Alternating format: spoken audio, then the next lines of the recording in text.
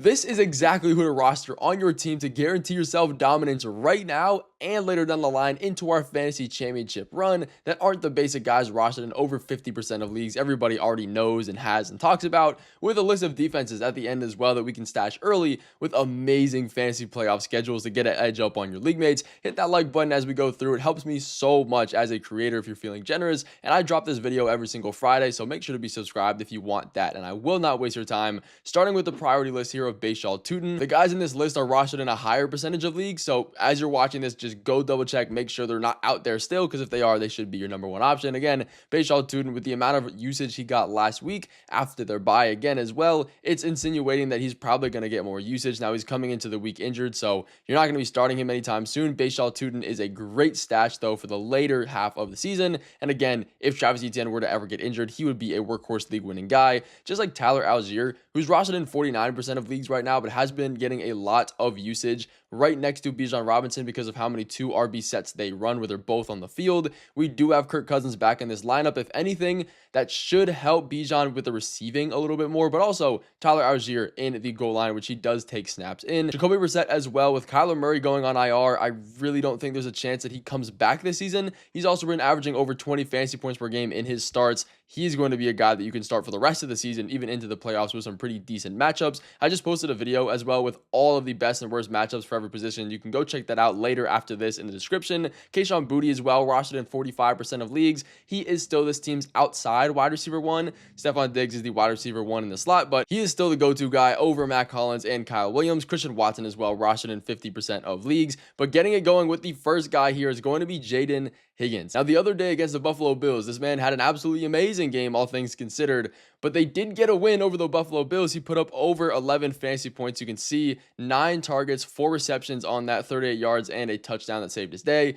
He also did have another touchdown in his hands, but didn't end up going through. But again, this is the type of usage we want to see. He only played 58% of snaps, which was on the lower side, but we've seen since this team's bye week in week 6, they want to get their rookies more involved. They're playing him over other guys like Xavier Hutchinson. Christian Kirk is still getting that main slot role, but on the outside, we know when Davis Mills starts, he has targeted the outside wide receivers a lot more. I mean, you look at his target share, 9 last week, 7 against the Tennessee Titans the week before that, 7 against the Jacksonville Jaguars. I mean, he is one of the most targeted guys on this roster. Now, we do have Dalton Schultz. We do have Nico Collins as well, fully healthy. And CJ Stroud doesn't target the outside wide receivers as much. But considering a guy is getting this amount of usage and he's really only rostered in about 20% of leagues for most teams, he probably has the most instant value for your fantasy football team that you should be going through and getting. He does get a matchup against the Indianapolis Colts this week, which is about even in fantasy points allowed, and then he gets one against the Kansas City Chiefs and the Arizona Cardinals. The rest of the fantasy playoff schedule for him is pretty easy after that Chiefs matchup, so he can be a guy with the trajectory of this Texans team that we can go through and start. We can see the team stats here. They do pass a decent amount. It's not an insane number, but I don't think CJ Stroud coming back is going to hurt Jaden Higgins whatsoever, and he has earned that role over Jalen Noel and some of these other rookies as well. Next up, we do have Brock Wright, tight end for the Lions, who hasn't done so much so far this year, but we have now Sam Laporta going on IR, being out for the rest of the regular season. So this makes him the number 1 tight end in a very good offense, and a sneak peek to later down the line of the season. He has one of the best fantasy playoff schedules. I mean, you look, in week 14 against the Dallas Cowboys, in week 15 is the Rams, then 16 is the Pittsburgh Steelers, Minnesota Vikings. Like, this is a very positive rest of season schedule for him. He gets the Giants coming up now. And we look last week, in his first game as the tight end one, when Sam Laporta was injured, he played 83% of the snaps, totaled 7 targets. Now, he only did catch 2 of those for 8 yards. It was not a good fantasy day, only 2.8 points. But the underlying usage is there. And when we look at the route participation for him compared to these other tight ends, he is running a considerable amount more routes than all these other guys. So he's filling in one for one with that pass catching tight end role that was Sam Laporta's. And we have these other guys filling in for blocking, which you will do as a tight end for this Lions team that loves to run the ball. With how this team is playing right now, how many points they're putting up, you can see the team stats. He's going to be valuable. Jared Goff does target the tight end a decent amount in the red zone when they're not running the ball, or I guess throwing it to Amon-Ra. With these matchups coming up, with the inviting target share, we've seen him be viable in fantasy football before when we didn't have Sam Laporta as well, so he can be a guy we go through and stash. And another guy a little bit deeper down the line of our list is going to be Devin Neal. And as you can see on this chart, he's actually been getting a decent amount of usage for the snaps that he is playing. Again, only around 35%. But ever since Kendre Miller went out with his season-ending injury, you can see right here that his snaps absolutely crushed. It just started increasing by a ton. And one good thing about this situation is that Alvin Kamara is playing less and less and less and less snaps, regardless of who this RB2 is. It was happening with Kendre Miller. And we get down to the end of the season, they have some pretty decent matchups. I mean, the Carolina Panthers run defense is one of the most positive. The Jets without Sauce Gardner and a lot of guys they lost is also positive. The Tennessee Titans, we know, is the most positive matchup almost. So, I mean, if Alvin Kamara does get restricted down the later half of the season, which I do think is possible, we saw the same thing last year. This team barely has any wins. They're not really playing for much. So Devin Neal could essentially be a 50-50 running back later down the line of the season in some very, very positive matchups. And we see coming out of the bye into week 12, he gets the Atlanta Falcons. It's a lot more negative against the run than it is the pass. So it's not one we're going to be starting him in, and probably one where he doesn't put up a lot of fantasy points. So you can wait an extra week if you want to, and you don't want to get rid of one of your bench guys. But after that, the Miami Dolphins and then the rest of this season schedule, he is going to get a good amount of receiving usage again because of the snaps that he's splitting with Alvin Kamara. And as these increase, he's going to be even more valuable. But we drop it down to our next stash of this video is going to be AD Mitchell. Now, we talked about him, I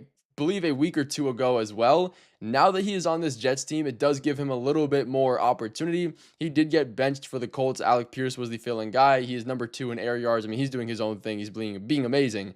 The only issue with AD Mitchell is that he is on the Jets team, but we are benching Justin Fields now, and we do know for a fact that Tyrod Taylor does help his fantasy weapons be more viable in fantasy football, aka AD Mitchell, who is their wide receiver 1 for the next 3-ish weeks until Garrett Wilson does come back. And even after he does come back, if Tyrod Taylor is being a somewhat efficient passing quarterback, he could still be viable. I mean, we see in his first game as a starting wide receiver, his first game for this team against the New England Patriots in week 11, he had 49% of the snaps, wasn't even a ton, but got 6 targets on all of his snaps, 1 reception, 10 yards. Now, the fantasy day, again, was not good. He did drop a few passes. Like, he could have had an even better fantasy day that week. It was partly his fault. The other half was Justin Fields just not being an efficient passing quarterback, which he really is not and has not been all season. Now we get the Baltimore Ravens in week 12, which is the opposite of that. They're a way more positive defense in allowing fantasy points to wide receivers compared to the New England Patriots. He is getting a majority of these targets. He's getting a majority of the snaps. As the weeks go on, he is going to prove himself as this wide receiver 1 until, again, Garrett Wilson does come back. Baltimore Ravens, Atlanta Falcons, Miami, Jacksonville Jaguars. Like, you can see all these matchups. Very, very positive for the rest of season. He could emerge himself as a good wide receiver, especially if he does increase his snaps, which is only a given and only going to happen more. You look at the rest of these wide receivers on the team. I mean, Arian Smith, Tyler Johnson, nobody is really that good that you need to compete with snaps for, and they traded for him for a reason. But looking at the next guy that we've talked about in some previous weeks as well, this probably will be one of your last chances, is Luther Burton, rostered in 20% of leagues. The reason he's in this video again this week, I'll make it quick, is because last week we learned a lot. Olamide Zaccheaus, for the first time all season, played as the wide receiver 2 in the slot role behind Luther Burton.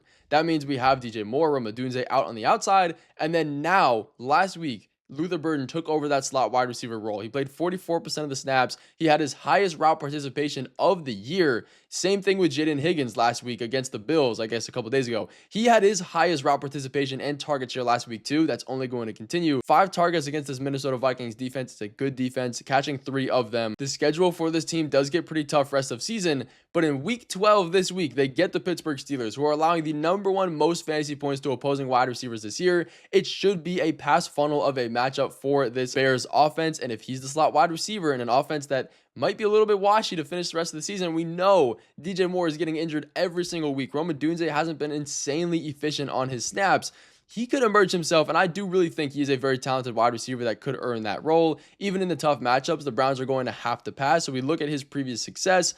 This is going to continue. As his snaps increase, it is only going to get better. He was drafted as early as he was for a reason. But speaking of that and those slot wide receivers, Cedric Tillman is another guy that we can go through and stash. Now, I know it's not a pretty name, especially considering that we have Shedeur Sanders coming back in this lineup to start for the first time this year against the Las Vegas Raiders.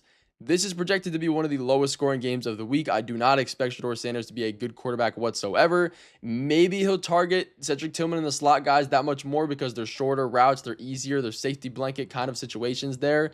But Cedric Tillman, depending on what we see, He could be a great stash. I mean, we see earlier in the year, in his first couple games before his injury and before Joe Flacco left the team, 8 targets, 5 receptions and a touchdown, 7 targets, 2 receptions and a touchdown.